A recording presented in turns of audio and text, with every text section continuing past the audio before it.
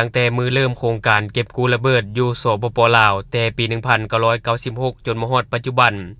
สามารถทำลายระเบิดที่ยังบ่ทันแตกที่ยังตกค้างได้ถึง 2 ล้านกว่าหน่วย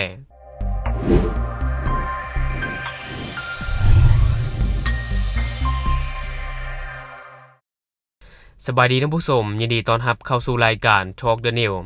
และในมื้อนี้เองข้าพเจ้าจะมาเว้าถึงข่าวที่มีการสรุปออกมาแล้วนับตั้งแต่มือเปิดโครงการเก็บกู้ระเบิดอยู่สปป.ลาวตั้งแต่ปี 1996 จนมาฮอดปัจจุบันสามารถทำลายระเบิดที่ยังบ่ทันแตกที่ยังตกค้างอยู่ได้ 2 ล้านกว่าหน่วยท่านผู้ชมและข่าวตัวนี้เองข้าพเจ้าก็จะมาจากเพจประเทศลาวที่ว่าเขาจะได้ลงเอาไว้ซึ่งว่าท่านบุญเพ็งศรีสวัสดิ์หัวหน้าห้องการคณะกรรมการคุ้มครองแห่งชาติเพื่อแก้ไขปัญหาระเบิดที่ยังบ่ทันแตกที่ตกค้างอยู่สปป.ลาวให้สัมภาษณ์เมื่อบ่ดนนี้ว่านับตั้งแต่ปี 1996 เป็นต้นมาการจัดตั้งปฏิบัติเวียกงานแก้ไขปัญหาระเบิดที่บ่ทันแตกที่ตกค้างอยู่สปป.ลาวแม่นขึ้นกับองค์การเก็บกู้ระเบิดแห่งชาติที่เฮ็ดเวียกกับบรรดาคู่ร่วมงานที่เป็นองค์การจัดตั้งสากลนับแต่มือเริ่มโครงการเก็บกู้ระเบิดอยู่สปป.ลาวสามารถทำลายระเบิดที่บ่ทันแตกที่ตกค้างอยู่สปป.ลาวได้ทั้งหมด 265,101 หน่วยและก็สามารถคืนพื้นที่ดินให้กับชุมชนเพื่อใช้ประโยชน์ได้ทั้งหมด 99,580 เฮกตาร์สำหรับตัวเลขคาดหมายเวียกงานการเก็บกู้ระเบิดที่ยังบ่ทันแตกและแผนพัฒนาเศรษฐกิจสังคมครั้งที่10ตั้งแต่ปี 2026 หาปี 2030 ที่สภาแห่งชาติรับรองแม้นจะสืบต่อจัดตั้งสำรวจบ่แม่นวิชาการจำนวนบ้านเพื่อสอกหาจุดหลักฐานระเบิดที่ยังบ่ทันแตกนั่นก็คือระเบิดลูกบ้านให้ได้600บ้านต่อปีและการจัดตั้งสำรวจบ่แม่นวิชาการที่ยังยืนว่าเป็นพื้นที่อันตรายที่มีระเบิดบ่ทันแตกให้ได้ 25,000 เฮกตาร์ต่อปีและการกวดกู้ระเบิดที่ยังบ่ทันแตกออกจากพื้นที่ทำการผลิตเขตชุมชนและเขตจุดสุ่มธุรกิจให้ได้ 7,500 เฮกตาร์ต่อปี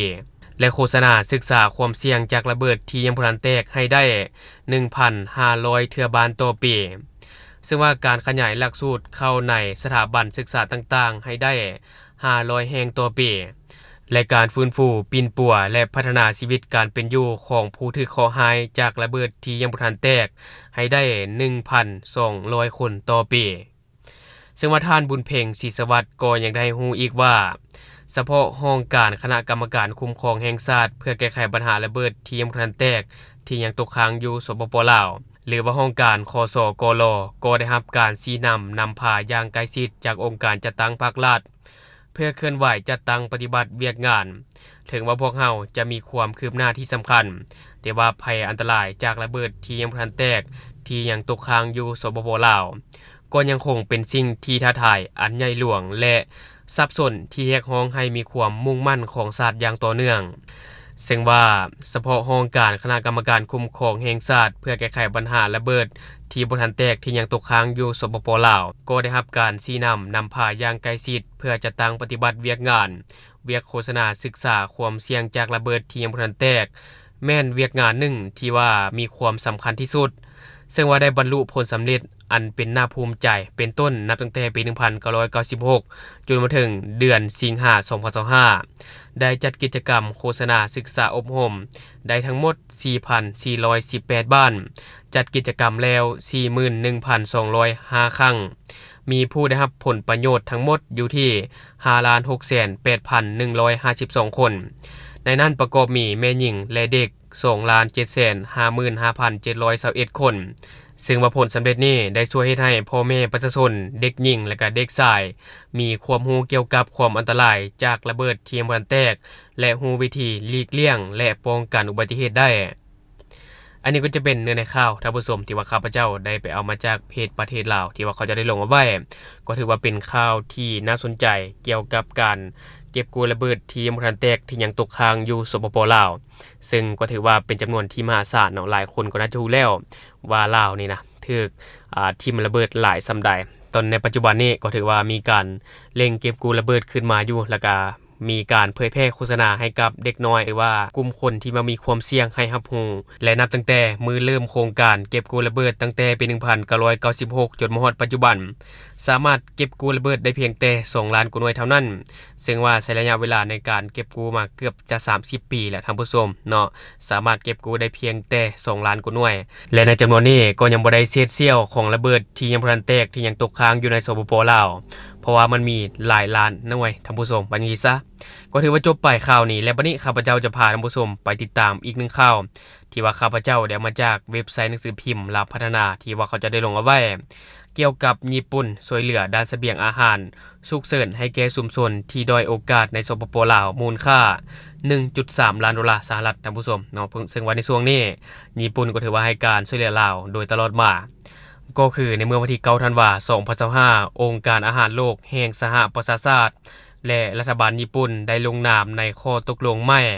ภายใต้โครงการช่วยเหลือด้านเสบียงอาหารหรือ KR25 ของญี่ปุ่นโดยที่รัฐบาลญี่ปุ่นจะสนองการช่วยเหลือด้านเสบียงอาหารฉุกเฉินให้แก่ชุมชนที่ด้อยโอกาสในสปป.ลาวซึ่งว่ามีมูลค่าการช่วยเหลือในครั้งนี้แม่น200ล้านเยนหรือประมาณ 1.3 ล้านดอลลาร์สหรัฐซึ่งว่าการสนับสนุนในครั้งนี้องค์การอาหารโลกจะจัดซื้อปลากระป๋องและข้าวสารเพื่อแจกจ่ายให้แก่ครอบครัวที่ได้รับผลกระทบภายหลังเกิดภัยพิบัติต่างๆเช่นน้ำท่วมดินเจือนพร้อมทั้งในช่วงที่อาหารขาดแคลนในฤดูแล้งซึ่งว่าการช่วยเหลือด้านเสบียงอาหารคาดว่าจะเป็นประโยชน์ให้แก่พ่อแม่ประชาชนประมาณ 38,500 คนในนั้นมีแม่หญิง 18,865 คนเป็นระยะเวลา1เดือนท่านผู้ชมซึ่งว่าท่านโคอิซึมิซึโตมุเอกอัครราชทูตญี่ปุ่นประจำสปป.ลาวกล่าวว่าในระยะหลายปีที่ผ่านมาการเปลี่ยนแปลงสภาพอากาศความยุ่งยากทางด้านเศรษฐกิจและปัจจัยอื่นๆที่เป็นภัยคมคูต่อความมั่นคงทางด้านเสบียงอาหารญี่ปุ่นได้สืบต่อให้การช่วยเหลือด้านเสบียงอาหารสำหรับสปป.ลาวแท้จริงแล้วในปีที่ผ่านมาและปีนี้ลาวได้ถูกพายุเขตร้อนและ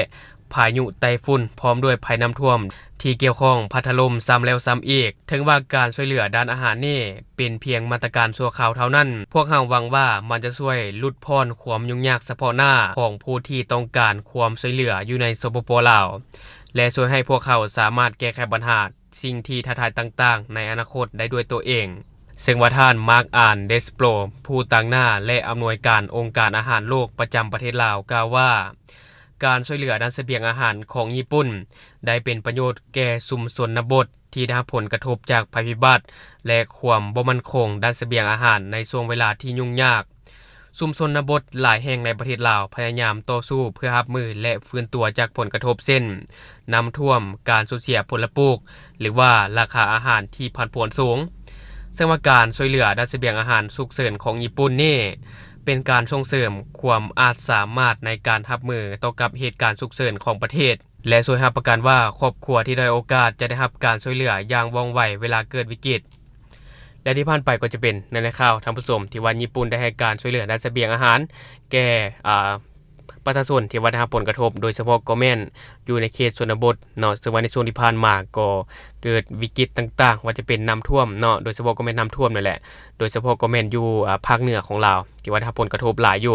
แต่ว่าญี่ปุ่นก็ได้ให้การช่วยเหลือด้านเสบียงอาหารอันนี้ก็ถือว่าเป็นเรื่องที่น่าขอบอกขอบใจท่านผู้ชมเนาะญี่ปุ่นก็ถือว่า